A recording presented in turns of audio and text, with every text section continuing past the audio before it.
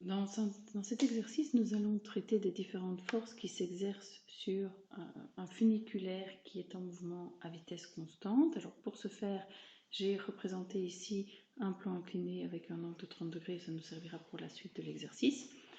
Le funiculaire est représenté par le rectangle avec les différentes forces qui s'appliquent à lui. Donc il y a évidemment la force de poids verticale, il y a la force de tension dans le câble, si on imagine par exemple le moteur ici au-dessus de la pente qui va donc tirer le funiculaire vers le haut.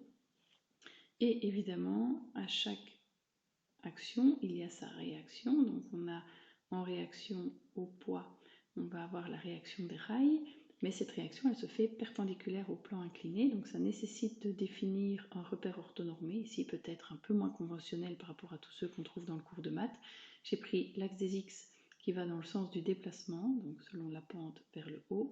L'axe des Y, je l'ai pris orthogonal à l'axe des X, perpendiculaire à l'axe des X, vers le haut, et donc cet axe des Y, il est parfaitement parallèle à la réaction des rails.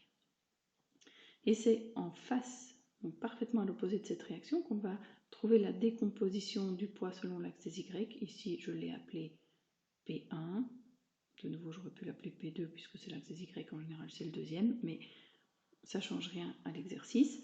Et ça, c'est la décomposition selon l'axe des Y. J'ai donc la décomposition selon l'axe des X que j'ai appelé moi P2, qui est la réaction finalement à la tension exercée dans le câble par le funiculaire.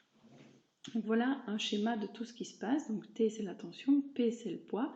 Ce poids est dirigé vers le bas par rapport au repère que j'ai choisi. C'est donc à l'opposé de l'axe des Y. Donc je vais pouvoir calculer ce poids comme étant égal à moins m fois g. G étant la constante gravitationnelle, donc de 9,81. Deux petits rappels. Le premier, tout objet qui se déplace à vitesse constante est donc soumis à un ensemble de forces. Il faut que ce système soit en équilibre, donc la somme des forces est nulle. T plus P plus R est égal à 0.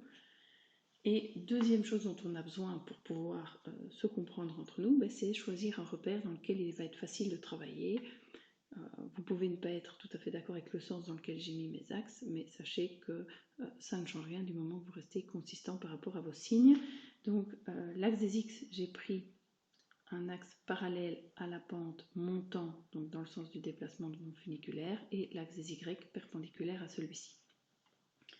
La force poids, je peux la décomposer comme la somme de P1 et de P2, donc décomposition selon l'axe des X, décomposition selon l'axe des Y. La tension, on voit que par réaction, c'est donc l'opposé de P2, et la réaction des rails, c'est à l'opposé de P1. Je peux donc décomposer en termes d'intensité mon vecteur P selon l'axe des X, une valeur égale à P2, selon l'axe des Y, une valeur égale à P1. Si maintenant je travaille dans des triangles rectangles, pour appliquer la loi du parallélogramme, donc la somme des vecteurs, je reporte P1 ici et P2, je peux le reporter là. J'ai donc affaire ici à un angle de 30 degrés que je retrouve également là.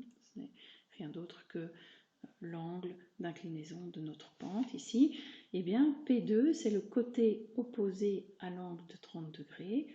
Et donc, P2, c'est bien égal à moins mg, le poids, fois le sinus de 30. Donc, j'applique tout simplement la règle de SOHCAHTOA ici avec le sinus.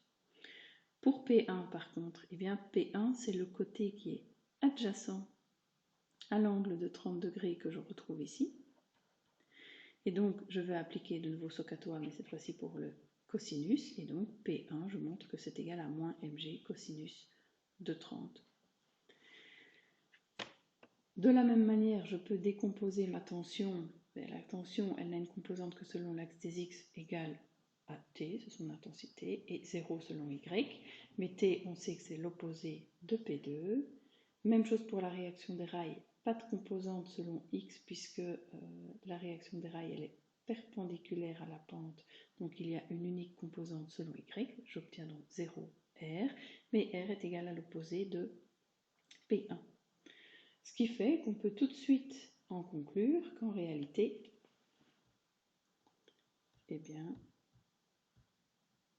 on a que la tension est égale à l'opposé de P2, donc est égale à mg sinus 30.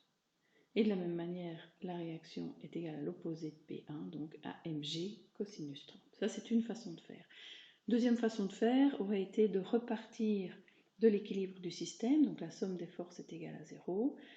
P, je le décompose selon P2 et P1 en X et en Y respectivement. La tension en T est 0 et la réaction en 0 et R est égale au vecteur nul 0, 0.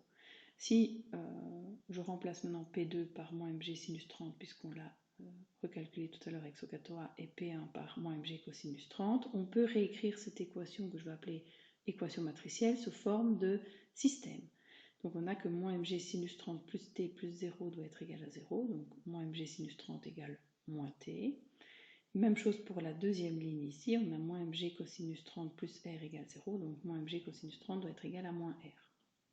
Si on multiplie les deux lignes par moins 1, on arrive à la même conclusion que précédemment, et donc on a réussi à déterminer, à décomposer le poids qui équilibre la réaction des rails et la tension du câble, et on a réussi à les exprimer donc, par rapport à la masse du funiculaire, la force gravitationnelle et le sinus de l'angle de la pente ici en jeu qui est une pente à 30 degrés.